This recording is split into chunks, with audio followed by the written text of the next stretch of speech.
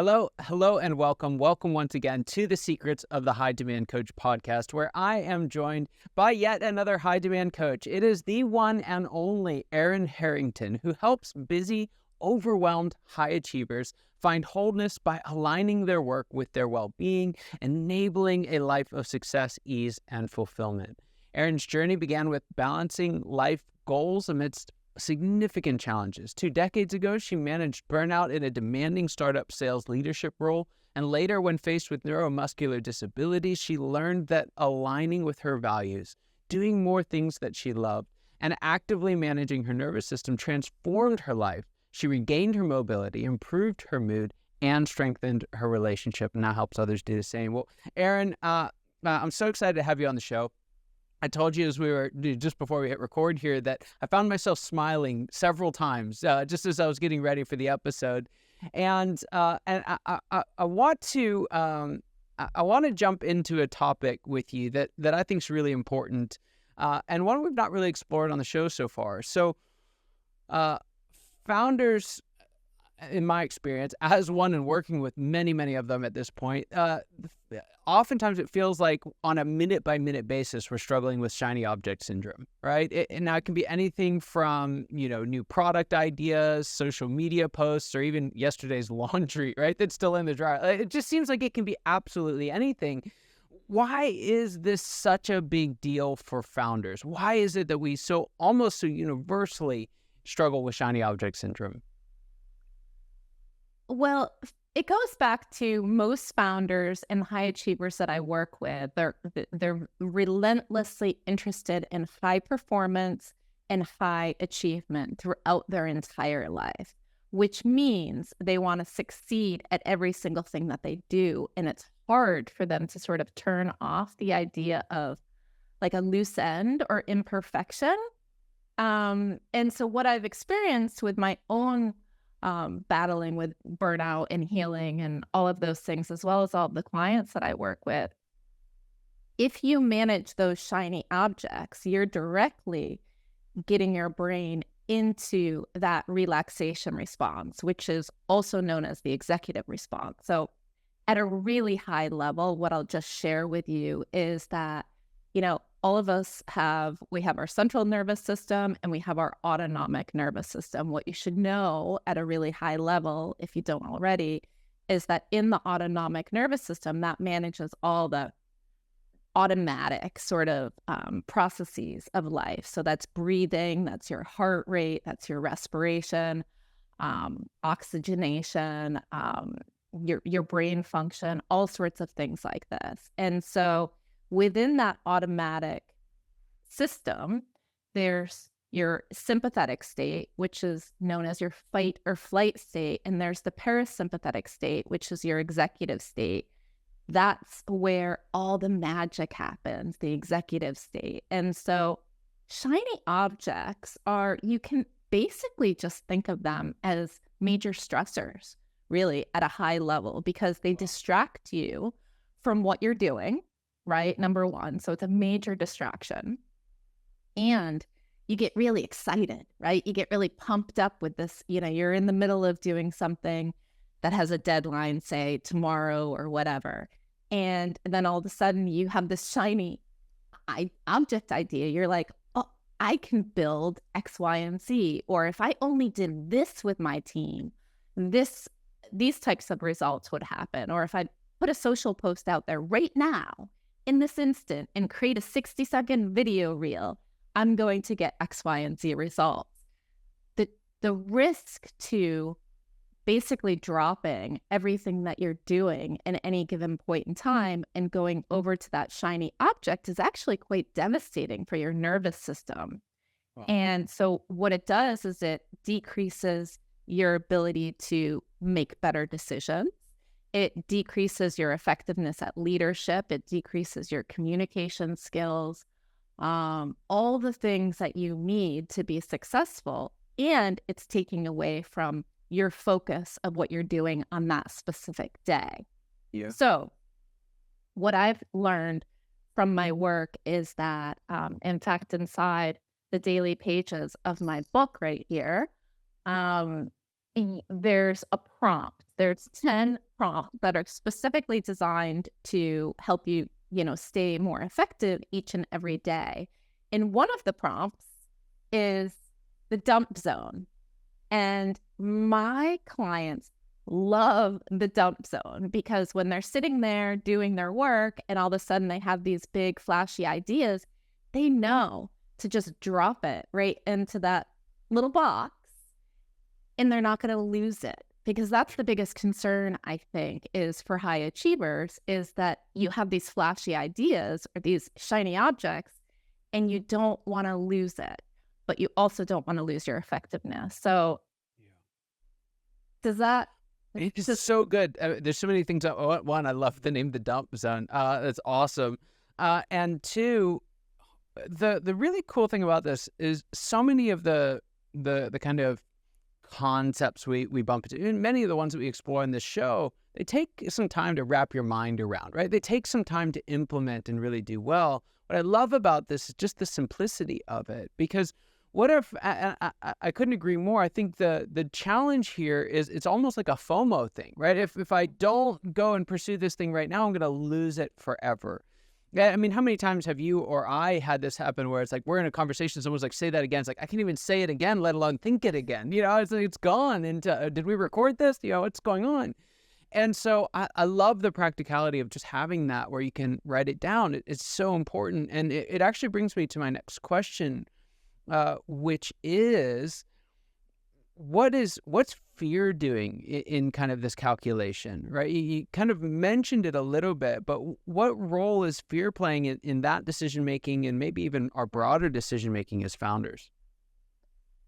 Well, so again, this goes back to our autonomic nervous system, which is basically gold for life as far as I'm concerned. I happen to have, let me just explain at a really high level why I'm so interested in this. I have an autonomic nervous system that is very dysfunctional. In fact, I have a pacemaker because my heart was stopping. I had several cardiac arrests. But let me give you a story about something that happened a number of years ago. About in 2010, I think it was, Dr. Holler, who is one of my autonomic specialists. I'd see her every 6 months. And when I'd come in for the appointment, she'd say, Erin, how's your stress level? That was the first question. The second question was, how were your symptoms? Every single time she did this. And I was like, what? Does she just like me? Or why is she asking me about my stress? We had a dialogue. She explained how because my stress response was overreactive, and in general, everybody's stress response is overreactive, that was sort of a clue into how overall my well-being was, how my health was and stabilized, right? So I started to spend more time with this, both from burnout, working with clients on both burnout and fear, like what's holding them back. And when I was using the same techniques that I use for retraining your brain, these daily prompts, I found people experience less fear. And they had a different relationship with fear. And here's why. When you experience fear, I mean, literally even fear of not showing up for a meeting on time, or fear of showing up and then doing kind of a icky job, not being effective. I mean, there's so many fears that we face, especially when you're a founder. You're very interested and obviously succeeding, but there's competitors out there. There's fear of being left out. There's all sorts of things like this. Each of those little fears add up to major fears that affect your autonomic nervous system, which again means that you're sort of stuck in that fight or flight response. Right. So if you regulate your nervous system to be more in the parasympathetic state by using some of the tools that I described, then it's not that fear goes away. You have a different relationship with it. You take over control. It's sort of a conscious act. Does that make sense? It does. It does. It really does. And I love this idea. And I'm trying to be careful and not chase a shiny object at the moment. But the this idea between parasympathetic and sympathetic, one of the things that they use to kind of measure that in the medical world is heart rate variation, right? And how much your heart rate changes from beat to beat. It absolutely fascinated me that that when we're in a sympathetic state, when we're reacting to and responding to and largely letting the external environment drive our response, we follow this very consistent pattern, right? But when we're in this state of this parasympathetic state, the even down to where your heart is beating, it's doing it at a different rhythm and different pace, and just kind of moving almost randomly. And when I look at founders who are really achieving well, I find that whether consciously or unconsciously, they have found a way of navigating between those two things. They have that rhythm and structure, but they've also found that ability to kind of paint outside the lines, if you will, to be a little bit random. And one of the again, going back to what I love about the dump zone, is it allows us to not break that rhythm where it's appropriate, right? Where we're in doing what we need to do, but also gives us the opportunity to come back and explore that, at another time when it's not going to disrupt the core of what we do. So many cool things there, and thank you for your openness to share, what's going on there. Similarly, I had a bad car accident and got a bruising on my brainstem. And so just the number of things that you can't do, right, on a daily basis whenever something like that happens, it just opened up a whole new world for me. So I appreciate you sharing that. May I ask what helped? So surely you had symptoms during that time, but what helped you feel better and recover ultimately? Did you take a break? What was it? Yeah, so managing overall stress was a really big deal. I had a great set of clinicians who helped me. I'm trying to not get into details that aren't helpful for the conversation, but who helped get me back and did a post-concussion protocol that was really helpful. And had a wonderful team around me that was able to help. Sound was a huge issue, and so loud environments were highly problematic. I couldn't think. I actually couldn't stand up for a while when there was sound. I would fall over. It's like one of those, those fainting goats? Yeah, it's kind of, that was me for about a year and a half.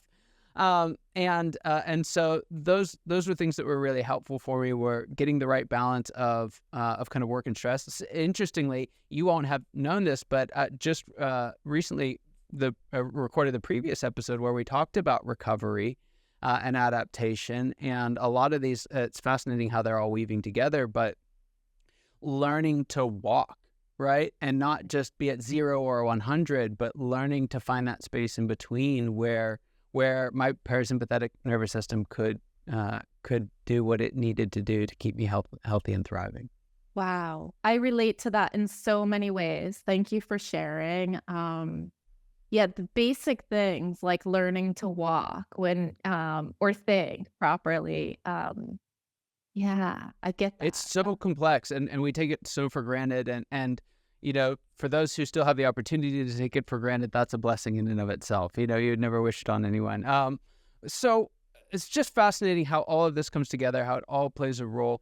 Erin, there's a question that I have. I'm wondering if we could just kind of put a bow on all of these things and tie it all together. But there's a question I like to ask all my guests, and it is this: what would you say is the biggest secret that you wish wasn't a secret at all? What's that one thing you wish everybody watching or listening today knew? That stressors are real, but stress and fear and all of those impact on our brain is actually an active choice that we can make. And it's an important choice too, right? Because it affects our relationship with our work, our well-being, our wealth, all of our domains. And so what I want people to know is that it's not as complicated as you think. Sure, you could spend 6 months with me doing one-on-one coaching, but you can also just start using these daily pages and notice the impact. And I can assure you, you will feel an impact. So I think that's the biggest takeaway. Brilliant. So true. It's so true. So there's some folks listening. You've mentioned the book a couple of times. Tell us what the name of the book is, where we can get a copy of it. And then for those folks who want to go deeper, who'd like to know more about the work you do, where can they find you?